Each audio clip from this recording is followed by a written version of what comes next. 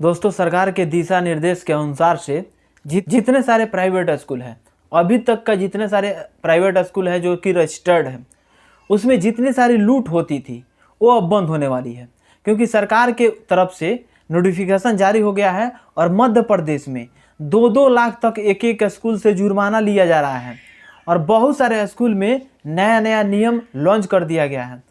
कौन सा नियम है, क्या क्या पाबंदी लगा दिया गया है प्राइवेट स्कूल में, सभी जानकारी इस वीडियो में देंगे। वीडियो में आगे बढ़ने से पहले आप लोग से छोटा सा रिक्वेस्ट है कि अभी तक मेरे चैनल को सब्सक्राइब नहीं किया तो सब्सक्राइब कर लीजिएगा, बेल आइकन को प्रेस कर लीजिएगा ताकि समय से आप लोग को मिलता रहेगा।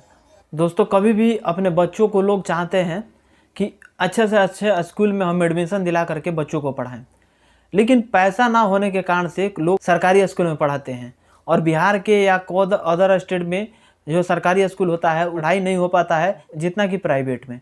लेकिन प्राइवेट में पढ़ाई तो है, लेकिन सबसे ज़्यादा उसमें लूट मचा कर रखा है लोग।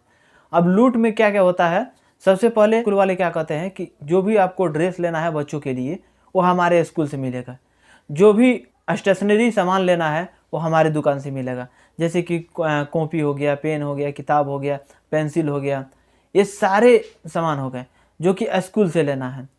उसके बाद से जब आप पैसा पेमेंट करते थे उसका स्लिप भी नहीं मिल पाता था। ये सारी जो सुविधाएं हैं जो नहीं मिल पाता था आपको, अब वो सुविधा आपको मिलने वाला है।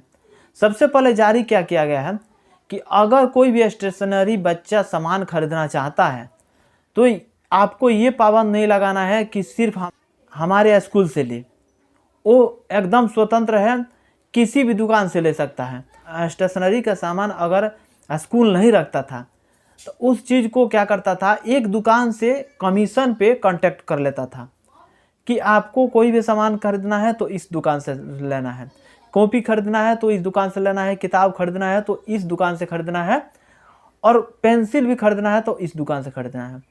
यानी हर एक चीज़ उस दुकान से आपको खरीदना है और उस दुकान से और स्कूल से कमीशन पे फिक्स रहता था। अगर कोई भी स्कूल वाला कहता है कि आपको दिशा दिखाता है कि सिर्फ इसी दुकान से आपको सामान खरीदना है, कॉपी किताब पेंसिल इसी दुकान से खरीदना है, तब अगर आप इस चीज़ को एसडीएम के पास कॉल करके, सिर्फ कॉल करके बता सकते हैं कि इस स्कूल में इस प्रकार से हो रहा है, तो उसमें 2 लाख तक का जुर्माना लग सकता है स्कूल के ऊपर। दूसरा आप लोग को बता दूं कि अगर आपको बोला जाए जो स्लिप होता है, जैसे कि बहुत सारे लोग के फैमिली, बहुत सारे बच्चे जो पढ़ रहे हैं उसके फैमिली संपन्न है, बहुत सारे बच्चे के फैमिली जो है मध्यम वर्ग के होते हैं, तो जो जिसके पास जिस प्रकार से पैसा जुटता है उसी प्रकार से स्कूल में पैसा जमा करता है। सपोज दैट मान लीजिए किसी स्कूल का अगर सालाना जो है 50,000 रुपया है, टोटल एक साल का उसका फ़ी है 50,000 रुपया। कोई बच्चे के गार्जियन क्या करते हैं कि 50,000 एक बार में जमा कर देते हैं और स्लिप ले लेते हैं, या बहुत सारे बच्चे के गार्जियन क्या करते हैं कि महीने महीने में जमा करते हैं, बहुत सारे बच्चे के गार्जियन क्या करते हैं 6 महीने पे जमा करते हैं। अगर आपको जो स्कूल है आपको स्लिप नहीं देती है तो उसके ऊपर कंप्लेन करा सकते हैं। कॉपी पेस्ट के आप लोग नाम सुने होंगे, कभी भी अगर आप लैपटॉप या कंप्यूटर चलाते होंगे तो आप जानते होंगे कि कॉपी पेस्ट क्या होता है। कॉपी का मतलब होता है कि एक फाइल उठा करके दूसरे जगह सेम टू सेम उसी चीज़ को चिपका देना, इसको कॉपी पेस्ट बोला जाता है। तो वही चीज़ अगर स्कूल कर देती है, कॉपी पेस्ट कर देती है, तो उसके ऊपर 1 लाख से लेकर के 5 लाख तक का जुर्माना लग सकता है। कॉपी पेस्ट में ये होता है जैसे एनसीईआरटी का बुक हो गया। अब एनसीईआरटी का जो बुक है सेम टू सेम क्या किया है, जो स्कूल है सेम टू सेम अपने बुक में छपवा दिया है, लेकिन क्या किया है कि जो ऊपर का कवर है उसको चेंज कर दिया है, लेकिन बाकी वही चीज़ same to same copy paste कर दिया है अपने बुक में। तो उस चीज़ को अगर पकड़ा जाए, उस रजिस्ट्रेशन को रद्द कर दिया जाएगा, प्लस में उस स्कूल को हमेशा हमेशा के लिए बंद कर दिया जाएगा। ये सरकार का निर्देश है। प्लस में अगर कोई भी ड्रेस होता है, बच्चे चाहे अगर बाहर से मिलने वाला हो तो उस चीज़ को स्कूल को ठिकाना बता देना है कि आप यहाँ मिल सकता है इस ड्रेस का, या आप मार्केट में जा कर के इस ड्रेस को पता लगाइए, सेम टू सेम जिस प्रकार से सिलवाया गया है उसी प्रकार से आप सिलवा करके पहन करके आइए। इस चीज़ को बताने का अधिकार है स्कूल के पास, लेकिन स्कूल नहीं बताती है, कहती है कि मेरे पास ऑलरेडी अवेलेबल है। बहुत सारी स्कूल ऐसा करती है, कि ड्रेस बांटती है, टाई बेल्ट बांटती है, बहुत सारी ड्रेस जो है बांटती है, लेकिन उसके दाम में जो है इतना ज़्यादा बढ़ोतरी रहता है कि बहुत सारे बच्चे अफोर्ड नहीं कर पाते हैं।